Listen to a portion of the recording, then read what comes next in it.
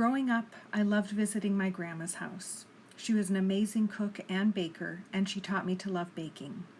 One of the cookbooks that she used was Food That Really Schmecks by Edna Staebler, who was a lady who lived in my grandma's area, and the cookbook includes many recipes from southwestern Ontario's Mennonite community.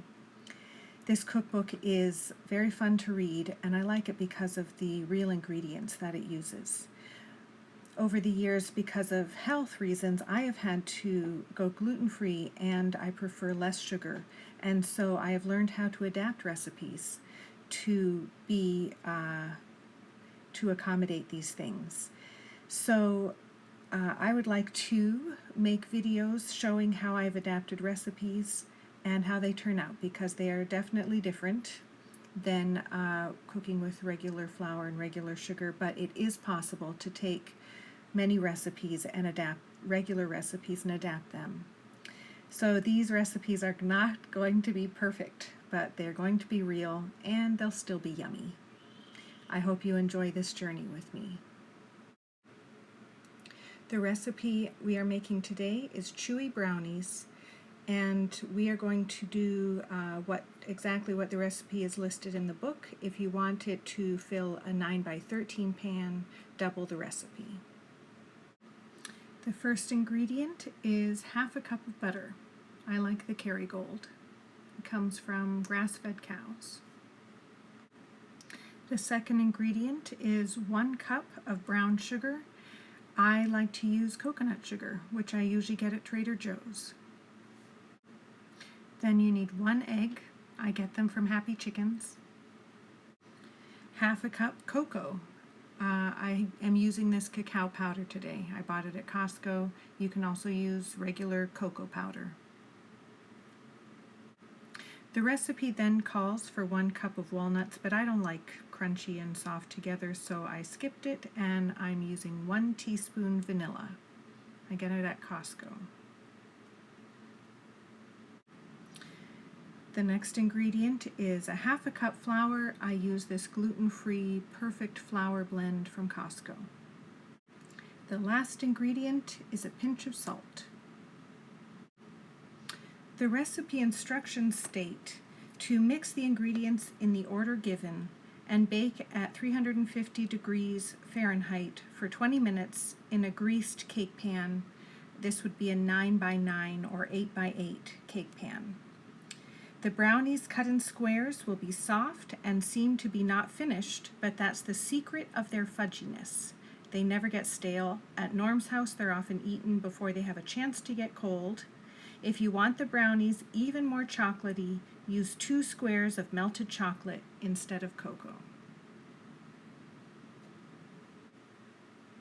So the butter, that brick that I showed you, is 1 cup, and so I cut it in half to get my half cup of butter. And then I am pouring my coconut sugar and making a mess, finishing off 1 bag and starting another. It's okay to make messes because baking tastes good. It doesn't always necessarily look pretty in the process.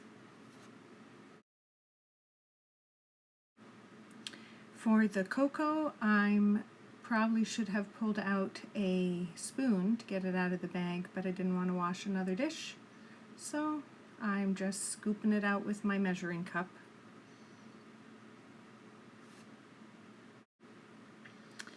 Next, I put in the egg. Then I put in my teaspoon of vanilla. Wow, has that gotten expensive. And then the half cup of gluten-free flour. And lastly, the pinch of salt, just a few turns of the grinder. Eagle-eyed viewers may have noticed that I did not mix in the order given as stated in the recipe, and the beauty of baking, especially for an amateur, is that it doesn't really matter. Here I am making a big mess, and that also doesn't matter because I have clean counters and I can just throw it back in. Baking is not about perfection. It is about having a yummy result, even if it doesn't look good. So I also want to say that it makes it much easier to mix all the ingredients when your butter's at room temperature. And the way to achieve this, if you have not left your butter out long enough to really be softened, is to boil some water in a kettle, pour it over a plate and a bowl, put your butter on the plate, put the bowl upside down on top of the butter, and let it sit for a few minutes, and that should help to soften up the butter nicely.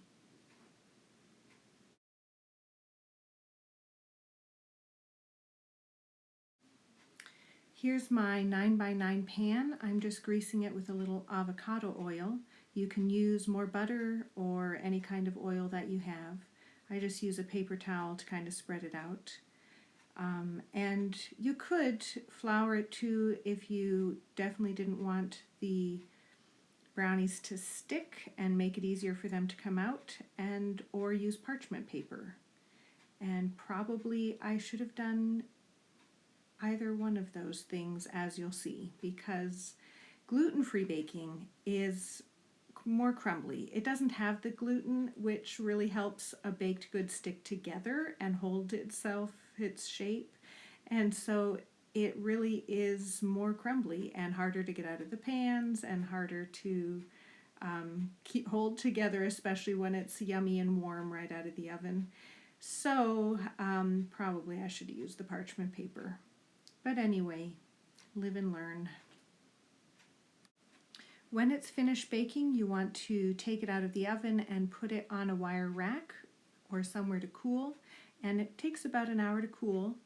And then when you start cutting it, you can see how crumbly it is. And I was trying to get out a perfect piece. And this is where parchment paper would have been beautiful, because I could have just lifted it out with the parchment paper and not had to fight with it.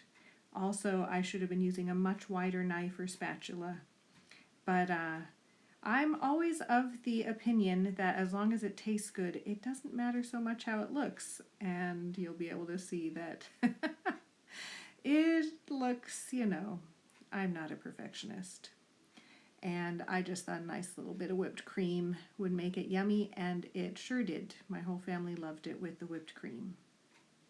So here it is, the final product, a yummy chewy brownie, delicious and fudgy, and there you go. As a lover of the Lord Jesus, I would just like to end with a verse, Deuteronomy 30:19-20. I call heaven and earth to witness against you today. I have set before you life and death, blessing and curse. Therefore choose life, that you and your seed may live, in loving Jehovah your God, by listening to his voice and holding fast to him, for he is your life and the length of your days.